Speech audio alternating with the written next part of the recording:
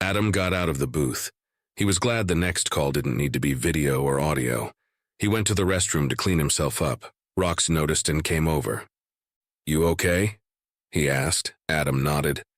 "Yeah, we just walked down memory lane a bit. He was my roommate at the orphanage.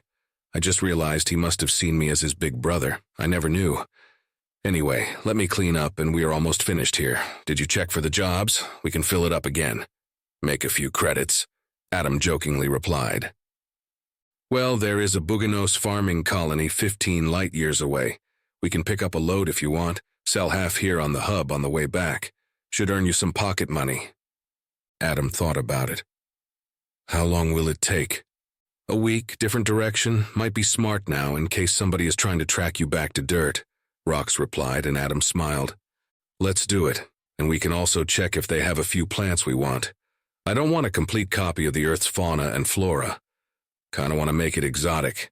Which reminds me, any plants or animals you want on dirt from your homeworld?" Adam asked as he cleaned his face in the restroom, and Rox thought about it. "The Hernsa.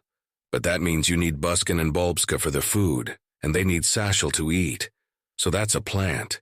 Damn, so much to think of. Can I get back to you about it? I need Vorts to help me there," Rox said, and Adam looked at him. "Hernsa? I think I remember that from your books. It looked like a mix of a tiger and a velociraptor, but it had yellow stripes and black fur instead. How big are they?" "They won't get big. The biggest are around my hip. We use them for hunting and guarding our home." "Sounds like our dogs. Good, I need to get you a book about Earth," Adam replied as he went to reception to arrange for the next call, which was more of an email order of things he wanted, such as food. 100 kilos of chocolate, he changed it to 2 when he remembered the children. Then he added a library of entertainment and blueprints for toys. The last was a request to the Earth Administration about potential settlers. He gave a vague description of his location. He quickly got a reply that they would have to send an inspector to check before they could officially approve the planet open for colonization, or he could try the private organizations. Adam knew that was a hit or miss. He might end up with a religious zealot group that would take over, something he wanted to avoid. He felt a little better dealing with humans. He understood their hints so much better and didn't feel like a child among grown-ups. He approved the inspector and was told he would be there within 8 months and expected to be picked up at the hub. Adam had no problem with this, as it gave him time to set it up. He had mixed feelings when he left with Rox. He was both grateful and worried. He hoped this would be the correct thing. At the very least, he could free his friends. He stopped and thought about it. Yes, they are his friends. It made him smile. "What are you smiling about?" Rox asked as he saw his grin. "Oh, just realized something. Anyway, let's go eat and then find out what this colony has ordered to be delivered. I'm sure we can use that as an excuse to visit them," he replied, and Rox gave him his pad. "I already checked. There are lots of goods and they will fill up your hauler almost completely. And we will end up with 5K in pay." "Well, let's see what they need. Machinery and some closed boxes with private belongings. Wait, it also says 6 passengers," Adam commented. "We can cancel if you want." "Nah, it would be nice to have some guests along. Let's help them settle," Adam replied. They had a great meal overlooking the nebula outside the hub, where Rox told him war stories that sounded more like exaggerated fishing stories. They were told several times to quiet down, though Adam's check suddenly gave them lots of leeway and offers of female companions that they politely declined. "My wife would kill me if she found out," Rox commented as the waiter left after the offer. "Wait, what, you are married?" Adam looked at him surprised. "Why didn't you tell me? When can I meet her?" Rox grinned. "You already have. I'm married to Kina. Why do you think it was so easy to get them to come?" "You're allowed to marry within your troop? Wow, back on Earth they would never allow that. Now I understand the story of the pirates on the ice planet. If she is your wife, then yeah." Adam replied as he thought about it. "Soldiers are not allowed to marry in human worlds." Rox looked shocked, and Adam laughed. No, soldiers can marry, but you can't be in the same troop. It's to avoid potential trouble," Adam replied. "What about you? No wife or mate?" Rox said, and Adam thought about it. There was one. She grew up at the orphanage. She wasn't one of... Never mind that. Well, she found somebody else. That's when I joined the military for a scholarship. He emptied the glass and Rox looked at him. What's an orphanage? You mentioned it a few times and I thought it was a school, but I feel I'm mistaken. Adam was glad for the change of question. It's a home for the orphans, children with no parents, either by a loss like Evelyn, abandoned by their parents, stuff like that, he said. Rox stared at him in disbelief. You abandon your children? Why? Is that what happened to you? I don't know why they do it. Some people are crazy and some are just evil. Some feel that they are giving their children a better chance of life by doing it. Tell you how bad their life has to be for them to do that. Adam avoids answering about himself. It was not something he felt comfortable talking about. Rox seemed to notice but ignored it as he tried to wrap his head around it. You guys are crazy. You have prisons and can abandon your children. I've heard stories about your crazy military, hells, and your droids are illegal on several planets, which reminds me, you need a pistol for the colony. They will freak out at the sight of your droid, and you don't go to places like that unarmed. I do have weapons on board. I knew I needed weapons when I traveled here. I should have known. How many other secrets will I accidentally find out? Rox replied. As many as you will let me accidentally find out, my friend. When are we picking up our passengers? Adam said as he called for the bill. 12 credits or 12,000 Earth credits. Tomorrow it's getting late and we should check in with the others. See if the place is still standing. Rox said and Adam smiled. And you want to check in with Kina? Well, yeah. She and Hera need to hear about the clan and if they want to join, he replied. At the ship, Adam went to his weapons locker and got out the pistol and belt. He left the spare pistol and the 2 rifles in the locker and checked the storage. The tech droid had stored all the goods and was running a maintenance check, so Adam went up to the bridge where Rox was talking to his wife. Are you sure he will allow us? But he doesn't know us. Of course I will accept, and I'm sure the others will too, she said, and Adam leaned against the doorframe. Am I disturbing? He asked. Rox turned his head and shook it. Nope, can you please calm her down? Adam came over. Hello, Kina. Yes, I would be honored if you joined my little clan. It's not much, but we have great potential. She looked at him on the screen and he saw her smile. I would be honored too. Should I ask the other if they want to join? Sure, but no pressure. Nobody has to join. So, what else is happening? He asked. The students are working on a presentation for you and York has built 2 speeders that they are using to inspect different parts of the planet. Vort said you would be okay with it. He has been guiding them around. Adam grinned. Yeah, I'm okay with that. So you're saying they spend most of the days outside the base? Good. Tell them we are taking a detour and will take 2 weeks, so we will be back in 3 weeks. I will send York's instructions on what I want him to build. He needs to find a place and start the project. The blueprints are in the server. He looked at Rox and back to the screen. I'll leave you 2 alone and take an early night. The next day, the 6 passengers arrived, and Adam looked at Rox as he saw them. 1 male and 5 females. All were dressed in conservative clothes, covering their full bodies. Thank you for the transport. My name is Fader Kungo Mit, and this is my wife. They will not disturb you during the travels, the elderly Bugano said as his young wife dutifully waited behind him. Adam tilted his head slightly. You have 5 wives? Well, I'm not the man to judge. Welcome on board. Your goods have already been stored.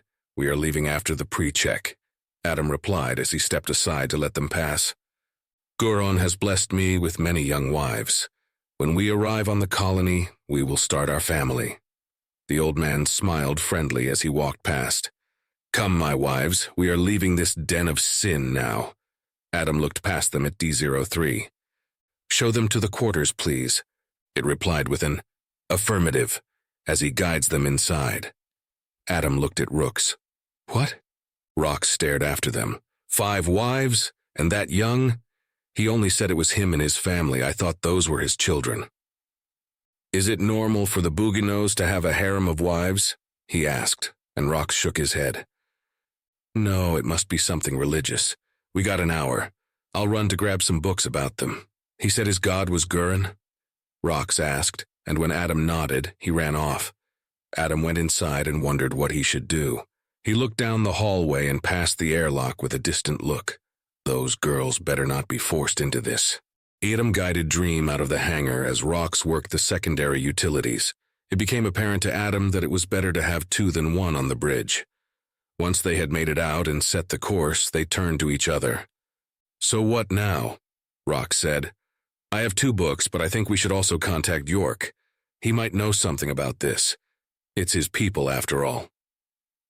Adam nodded and looked down the hall. "Okay, keep them busy. I don't want them to hear us debating this. For now, you don't do anything. It might be completely normal in their culture." Rox got up. "Yeah, but 5 and 1 old. It just feels wrong. I never heard of that in a good way before, but I guess there is a first time for everything."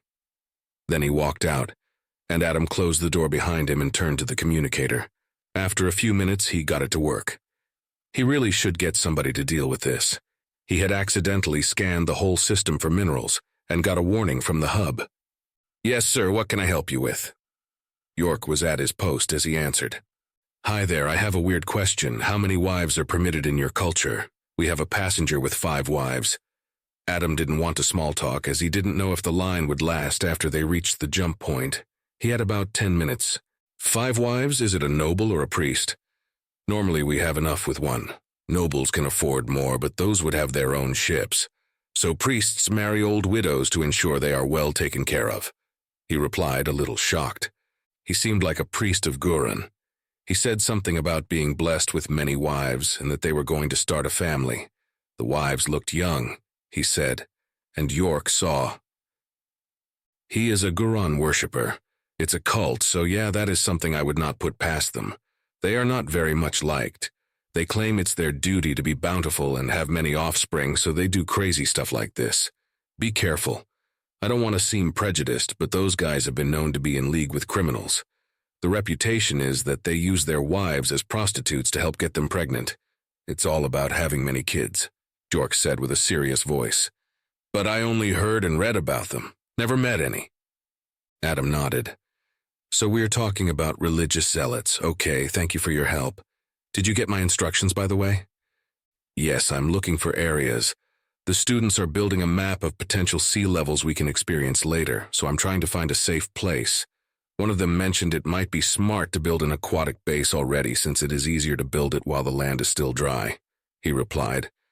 "Sounds like this seems like a good idea. Find a safe location and start producing earthquake sensors and deploying them along the fault lines. That way we can monitor it and keep the students busy. Okay, I'm getting to the jump point now. I will lose contact. If something important happens, call the lawyers. The hub has enough communications arrays to contact us in hyperlanes. CIA in a few weeks." He hung up and got ready for the jump. It went smoothly, so he went to find the others. He found Rox and Fader Kungo Mitt in the mess hall. "Where are your wives?" Adam asked as he entered, and Fader Kungo smiled at him. "They're in the cabin, where they belong. I will bring them food later," he replied, and Adam looked at him and then at Rox. "I'm sorry, but why? Some religious reasons?" Adam said as he got out a bottle of dark fizzy drink and sat down. Rox smiled slightly. "He told me he plans to open a tavern on the colony. He already has friends there waiting for him." Fader Kungo nodded. "You are strangers and I am alone. They would feel safer there. You are not Buginos. No offense, but it's scary for young women to see such strange creatures." "Oh, they have nothing to fear from us. I'm a second father to one, Miker. He's a beautiful little boy," Adam replied, and Rox agreed. Fader Kungo smiled. "Miker, it sounds like you've gained somebody's trust. Who are the parents, and what denomination do they belong to?" he asked as he sipped the coffee that Rox had given him. "I don't know which denomination, and the father works for me. Unfortunately, the mother has passed. He doesn't speak too much about his people. I know his late wife was the love of his life, and it broke his heart when she passed," Adam replied as he studied the man in front of him. Fader Kungo drank more coffee. "I'm sorry to hear about her passing. He should get more wives and spread the love. If you bring him to the colony, I might be able to help him with that." He sipped his coffee and smiled. "This is good. I would love to buy more. It seems to give me energy." Adam thought about it. He could actually plant beans.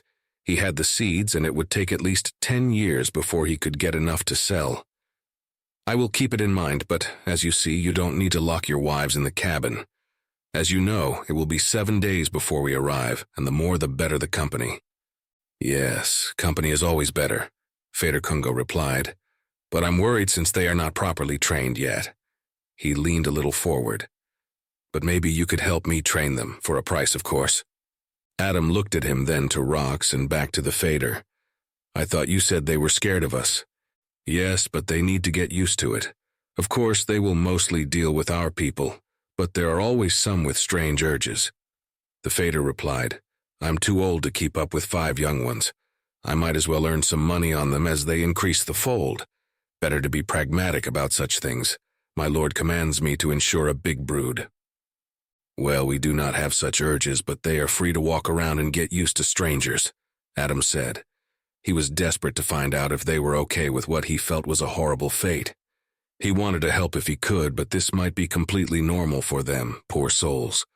Rox was tense, and Adam could sense it.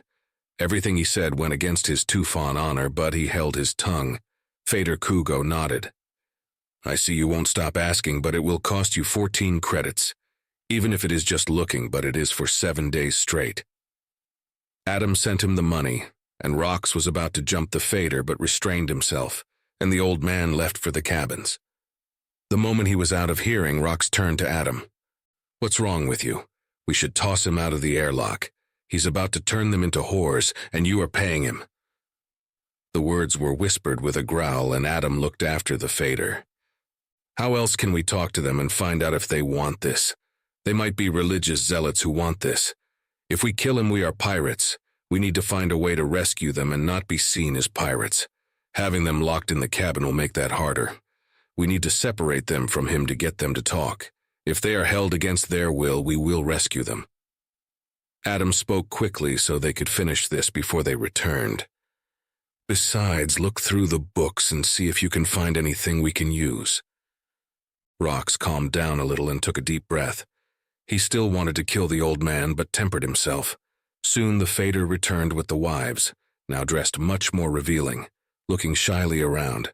Like York, they had the spotted gray pattern going down their arms and back, but their skin was of different shades of yellow to green, and they had green to orange hair hanging loosely down or in complicated braids, their 4 eyes color from blue to bright green.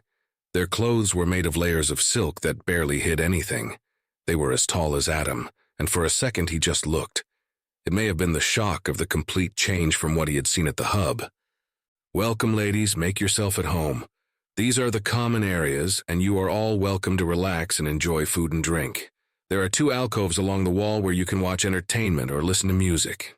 Please ask before you go to the bridge, engine room, or storage. The rest of the ship you can walk around in, he said with a smile, and they all bowed as they looked shyly around. They only paid for the company, nothing else. If they ask, they have to pay first, remember that, Fader Kungo said as he found himself a new cup of coffee without asking and sat down. Adam just smiled and showed them around. It felt like talking to teenage girls, which made him sick to his stomach. Only one of them seemed to be an adult. After the girls and the Fader retired, Rox and Adam sat down on the bridge to discuss it. They both wanted to toss him out of the airlock, and Adam started to think they could not make this trip without killing Fader. I hate this. I'm not a killer.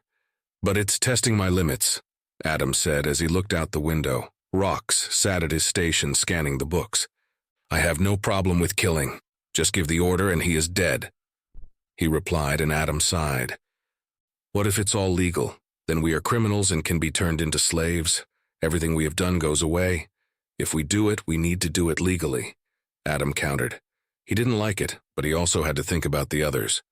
Well, nothing in the book stops it. Any man can marry as many as he wants in their laws as long as the woman has come of age, and they have no laws against prostitution.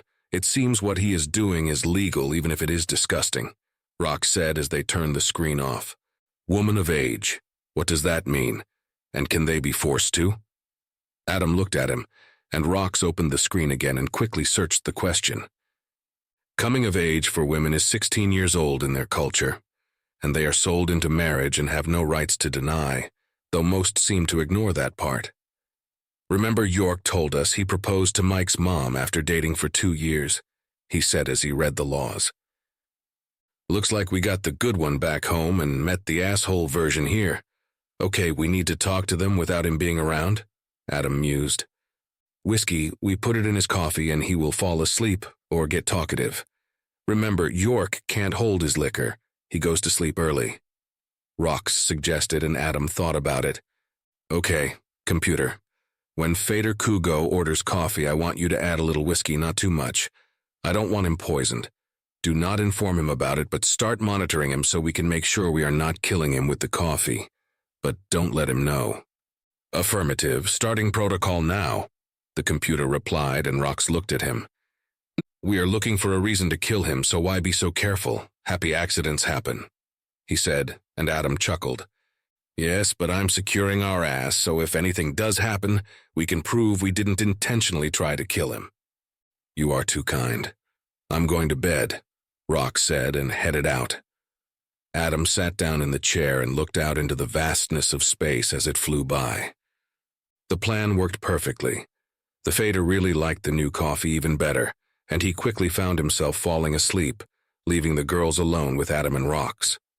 In the beginning, the girls seemed to fear what the men would do to them, but after a few days of Adam letting the youngest, who was only 16, watch movies and listen to music while they talked to the 2 eldest, they calmed down. The oldest was Ski Laugh. She was 23 years old. Through her, they found out they are all sisters bought by the Fader when their family got into debt with a group of criminals. Ski had been studying at the university and had just finished her ocean biology master's. She returned home to the family farm when the criminals had threatened to kill their parents and older brother if they didn't pay. Apparently, their parents had borrowed money to send her to the university. Then Fader Kugo suddenly showed up with money and told them he would pay the debt and give them some extra for the right to marry all the sisters. Her brother had tried to fight it, claiming Fader Kugo was part of the gang. The next day, he was beaten to an inch of his life by the gang by a chance encounter. That's it. I'm killing him. Rock's hand went to his pistol and Adam stopped him. Stop. Let's be smart about it. I want something on him. If we can get him to admit what he did, then we can arrest him and release them from their bondage. Adam said, and then the second oldest. Maya shook her head. No, they are waiting for him at the colony. He sent a message to them telling them about your ship. They are planning to steal it. That's why he wants us to distract you guys and wear these ridiculous clothes, she said.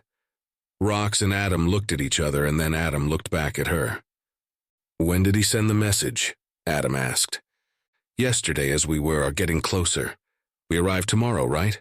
She replied, and Ski looked at her. How do you know this?